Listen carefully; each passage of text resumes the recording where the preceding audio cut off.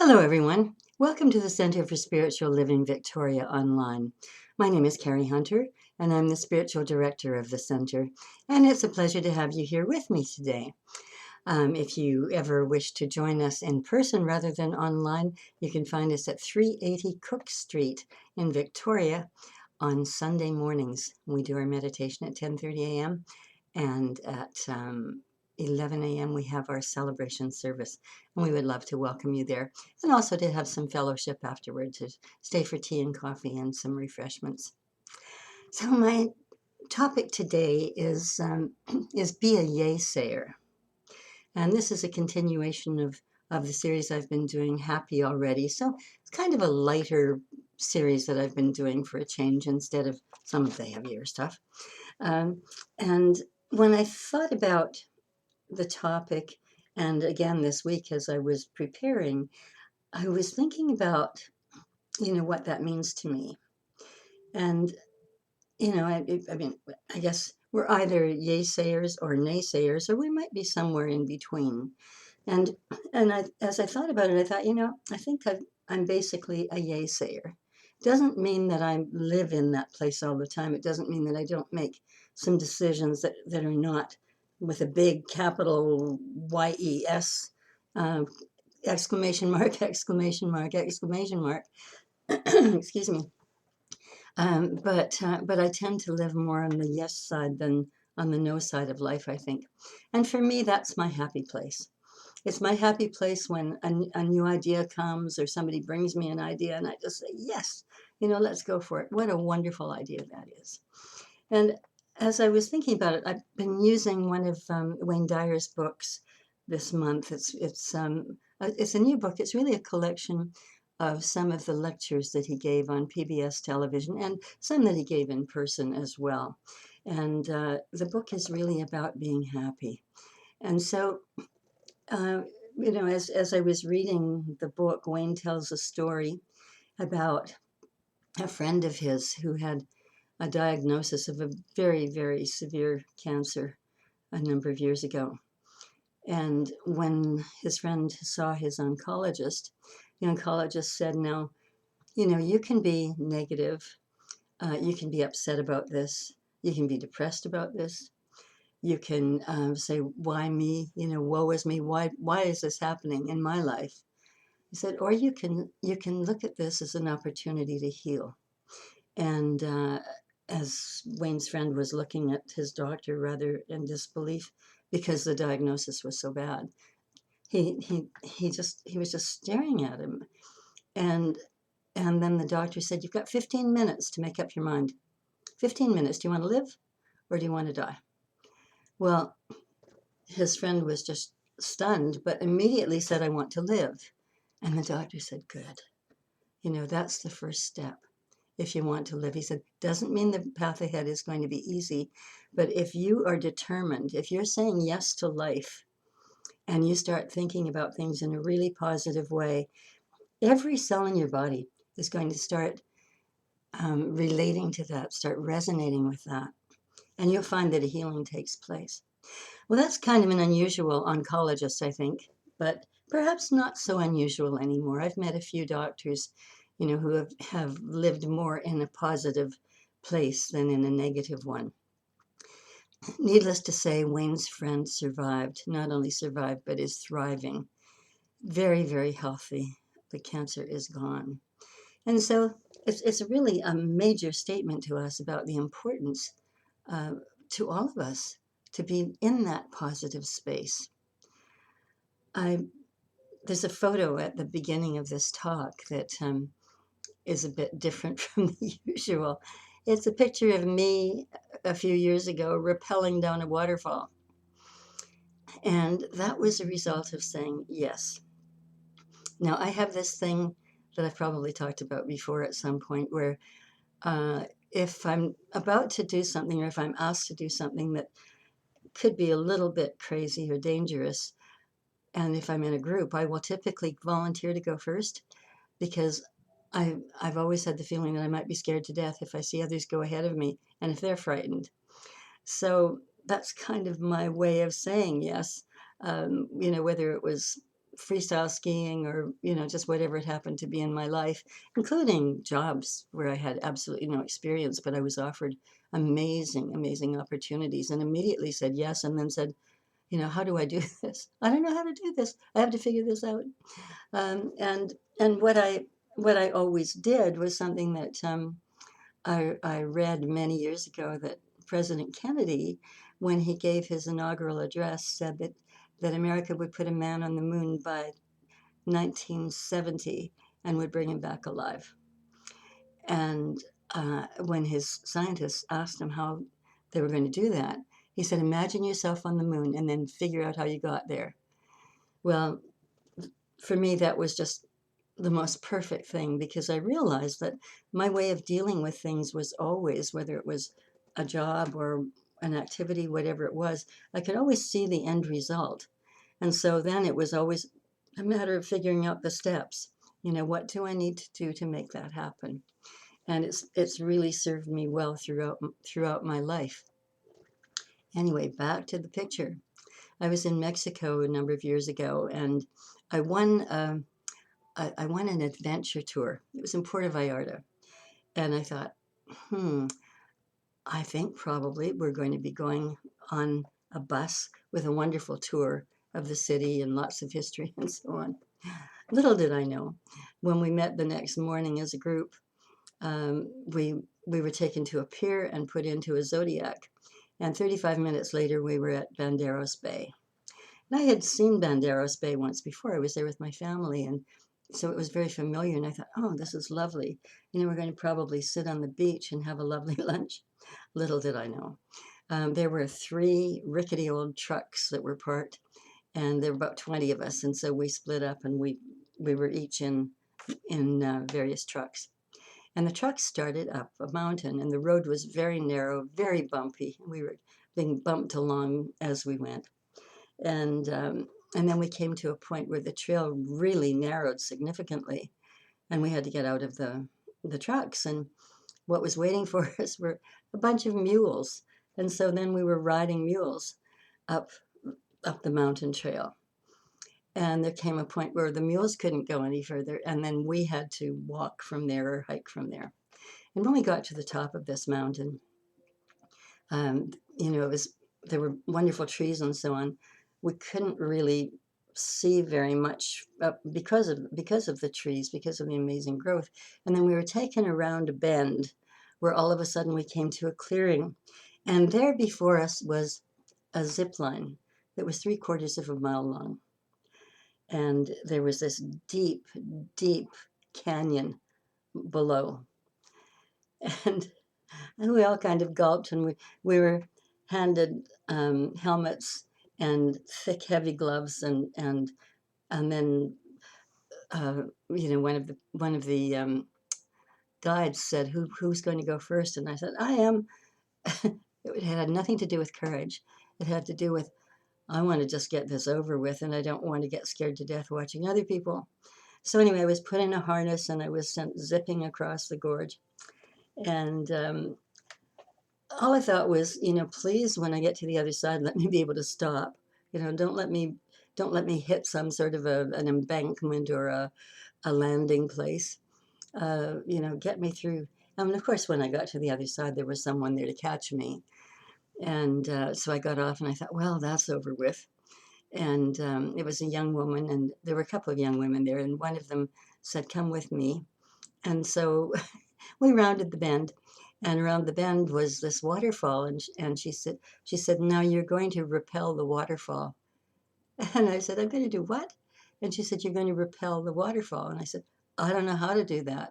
And she said, "Turn your back to the view and take hold of the rope and gradually lower yourself down the rope." And she said, there's water down below. You'll land in a pool. And that was small consolation. I would land in a pool. How deep would the pool be? Anyway, I turned around and I did it. And I started to realize as I was rappelling that it was almost like second nature. It was easy to do. And I was having a good time. What I didn't know was that there were photographers along the way taking pictures of these things, which is why there is a photograph of me rappelling a waterfall. And I got to the bottom, and I was in water up to my neck. And I was wearing sandals and shorts and a blouse. And my my shorts were filled with water, from the waterfall, and then from the pool down below. And I thought, oh my goodness, this is a lot of weight to pull out of this pool. But I managed to get out. And then I was led by a guide, to another station, which was another zip line. And I said, another one? And he said, there are seven more of these. Well, you know, I wasn't laughing hysterically. I was just like, if this is the day that I die, I've had a good life. Anyway, uh, took the next zip line, and the next and the next and the next and so on.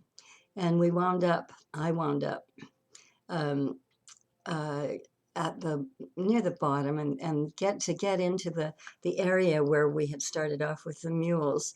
I had to cross what was called a tonga bridge, and it was two ropes about so big that were somehow bound together. I don't know if it was concrete or what it was, but that was the way across, and so I crossed that. And there was a young man at the other side when I crossed, and he said, "Congratulations." He said, "You made it." He said, "Only 10% of the people ever finish this." And I said, "Well, how did they get down?" And he said, "They walked down." And I looked and I said, "I didn't know that walking down was an option." I was just caught up in the moment. But the thing is, I was so exhilarated by the whole experience. And I'm not somebody who wants to go bungee jumping or skydiving or anything like that. So this was really out of character for me, but I had such a good time. And I remembered the woman who was behind me with her husband, and there was no sight of them, and she was crying at the top because she was so frightened about attempting the zip line, and she and her husband were talking about it as I took off. Anyway, there were photographs, and of course I bought them, because who would ever believe that I would do a thing like that? And when my family, my daughters and my grandchildren saw them, they said, "You look so happy." And when I think back, it was, as I say, it was so exhilarating, but I was really happy. I was happy that I had done something that was really not like anything that I had done before. And so I thought about that, and I thought that, as I was preparing my talk, I thought, yes, that was a moment when I said yes, when I didn't think to ask, is there any other way down? Can I walk down, take the mule, and then take the truck or whatever? And and I'm really, really glad that I did, because it opened me up so much, in the sense that it made me open to so many new things, and so many things that I might not have tried before. And it wasn't that I was kind of stuck in my life in any way. I really enjoyed my life. I had lots of adventures, lots of wonderful experiences. But to know that I could do that kind of thing without fainting or falling, or whatever, was really, really gratifying to me. And so sometimes when we just say yes, a big, big yes, the universe supports us. It's, yes, I choose to live. Yes, I choose to have fun. Yes, I choose to do things that I might never have done, because I'm going to enjoy that experience. And so I was thinking about, Wayne Dyer again, and some of the things that he said. And he said, um, naysayers, uh, naysayers doubt. They doubt, and they have fear, and um, they don't really understand what's ahead. And if they do, then they're fearful about trying. And it doesn't. I'm not talking about skydiving or bungee jumping or ziplining. I'm talking about just a change in experience, something that they haven't done before.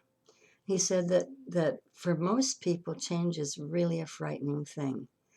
And so he said, if we can but trust in spirit, trust God, trust that wherever we are, whatever we're going to do, that we have a safety net. And that safety net is God, that is the divine.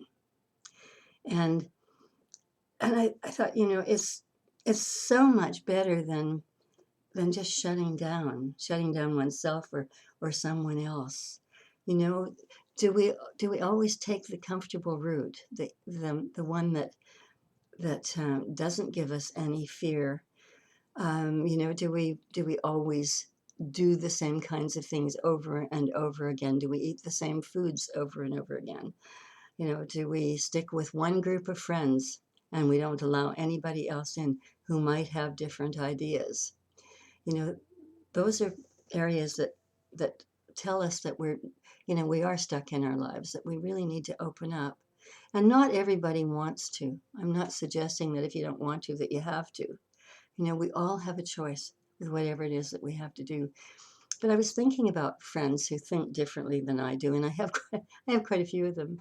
But there was one very dear friend that I had, someone actually I was in relationship with, and and I found that whenever I would have a new idea for something, you know, he would immediately give me 10 reasons why it wouldn't work. Well, I was not a 10 reasons why it won't work kind of person. It just wasn't part of my character. And after, I guess it was after 4 years, I had to say to him, you know, this just isn't working. This was a really brilliant human being and a wonderful person, but he had this negative streak. You know, whenever there would be even if he had a great idea, you know, he would be saying, he would then come up with reasons why it couldn't happen, or I'd be wanting to go full steam ahead. Let me help you. You know, let's do this. It sounds like so much fun. It sounds like a great adventure, or it's such a good idea. It would help so many people. And so that relationship ended. And I don't tend to have friends who are negative about things or who tell me all the reasons why I can't do things. You know, don't you love to be supported by people who say, what a great idea. How can I support you? How can I help you with that? You know, and if we're shut down in some way, if we're in a place where we're having negative thoughts about something, maybe it's time to just go inside and to really do an examination of self. You know, are we content with our lives? Are we happy with our lives?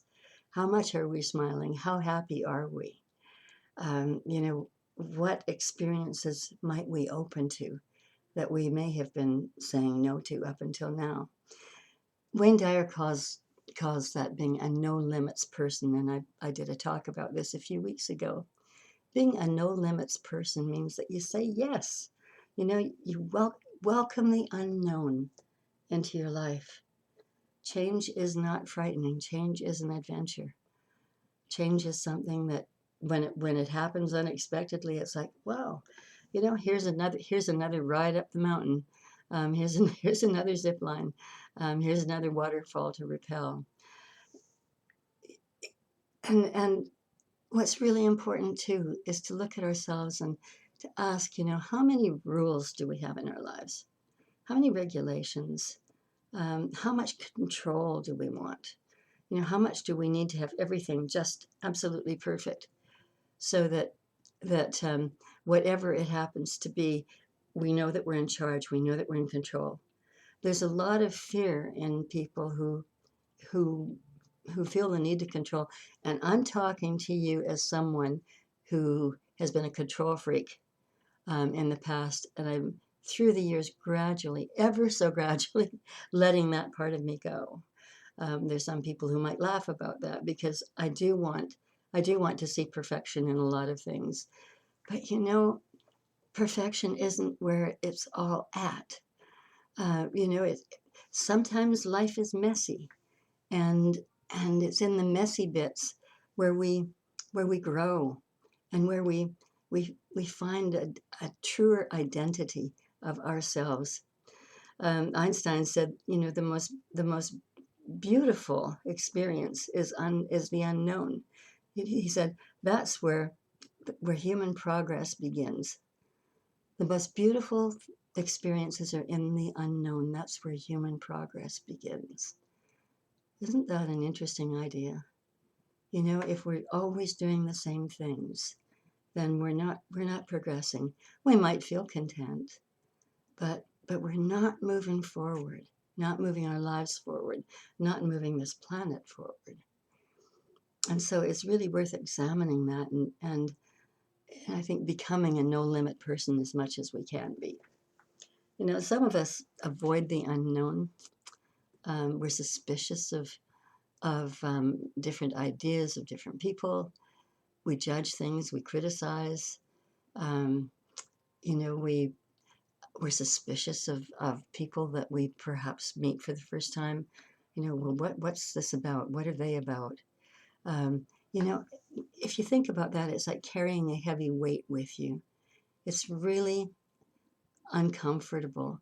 It kind of gives you that, oh, it's a feeling, for me anyway, it would be a feeling in the pit of my stomach that something wasn't right. When we can say yes, then everything lifts within us. We're really up in the light. We're shining the light. We're living a higher and better life for ourselves and for those around us as well. We always, always have a choice. Choice to live, choice to die. Thinking back of Wayne Dyer's friend, if we're looking for love, then love will elude us. If we're looking for happiness, then happiness will elude us. The thing is, they're not out there somewhere. They live inside us. They're within us. That bliss that we're asked to follow is within us. The thing is that we may not be awakened to it, but we're not going to find it from somebody else. We're finding it inside ourselves. And so it's really worth self-exploration, self-examination, becoming self-aware.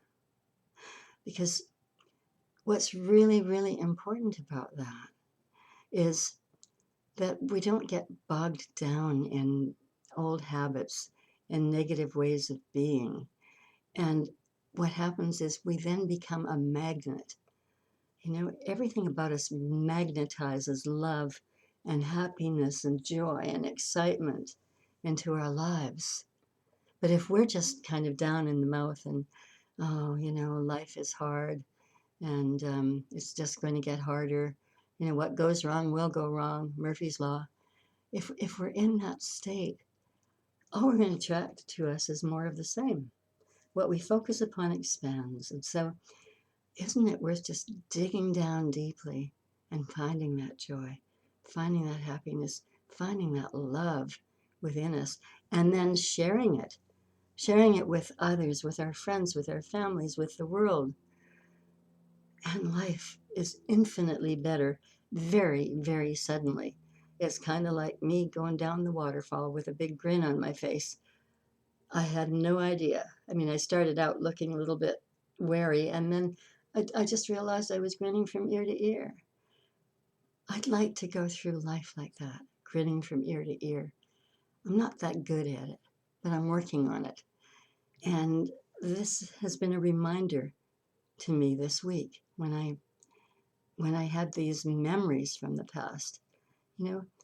We have all been through wounded times in our lives, but those wounds must not define us. What must define us is the truth of who we are, that we're spirit having a human experience. You hear that from me every week, and you hear that because it's true. And so the thing is, do you believe it? The question is, do you believe it? And if you're not sure, are you willing to believe it? Because, I remember Jack Boland, a wonderful minister from Detroit many, many years ago, telling a story of a woman in his congregation who came to see him after a service one day. And the church was planning a big cruise, a metaphysical cruise. And this woman came up to Jack and said, I really, really want to go on that cruise, but I just don't have the money. I'm not going to be able to go. And Jack said, well, don't be so quick to think that. He said, are you sure that you won't have the money to do it? And she said, well, it doesn't look like it at all. And he said, but I can see you there. He said, do you believe that I believe that?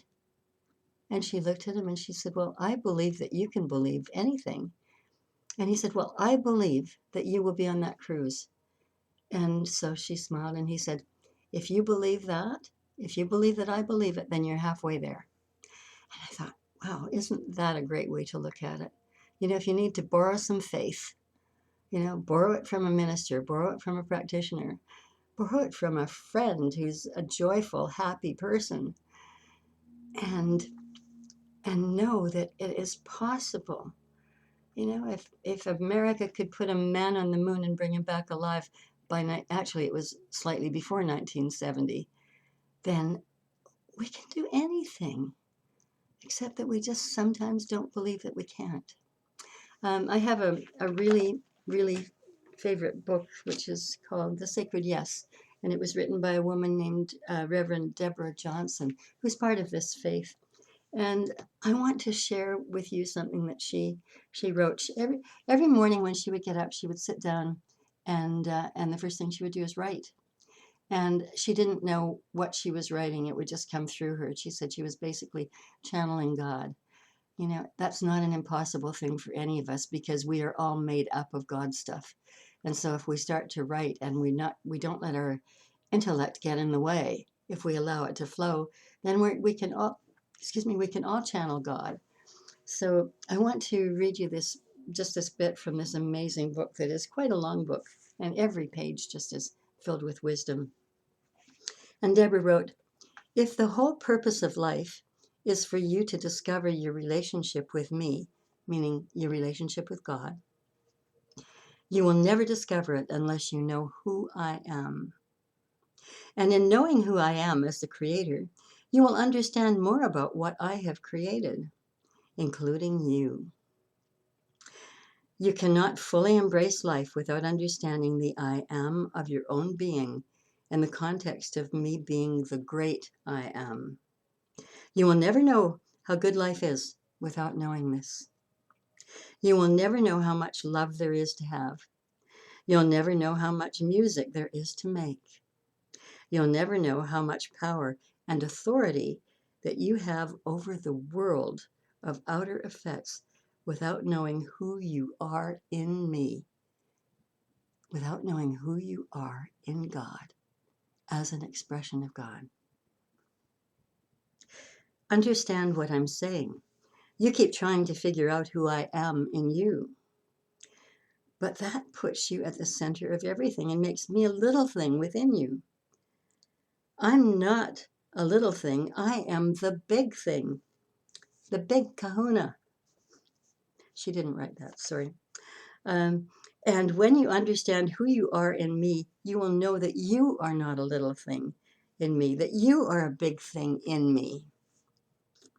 The notions of big and small will cease to have any relative meaning at all.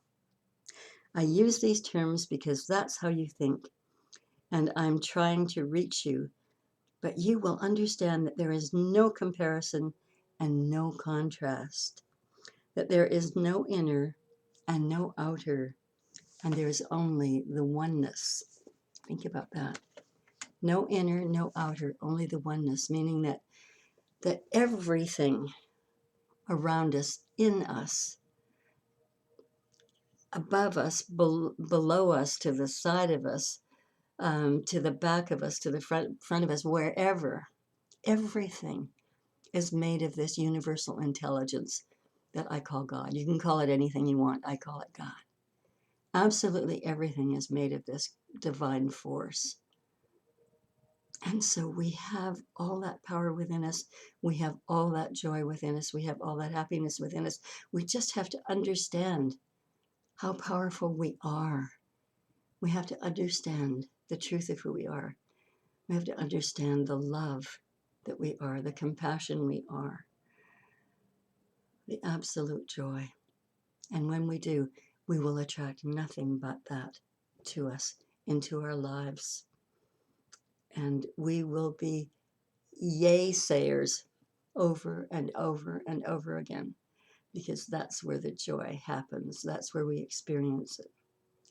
And that's what makes it all work. And so it is. Thank you for being here today. If you'd like to drop in on us in person on Sundays, we meet at 380 Cook Street in Vancouver. Where did that come from? In Victoria, which is in the Cook Street Village. And we meet at the Cook Street Village Activity Center. We have a meditation at 10:30 in the morning. And then at 11, we have our celebration service. And after service, we always have refreshments and we sit around and chat. And we would love to welcome you there if you'd like to come and join us. Meanwhile, have a wonderful week. Know that you are loved. Know that you are joy. Know that you are happy already. And become a yay-sayer in all that you do. And thanks again for being here. Bye for now.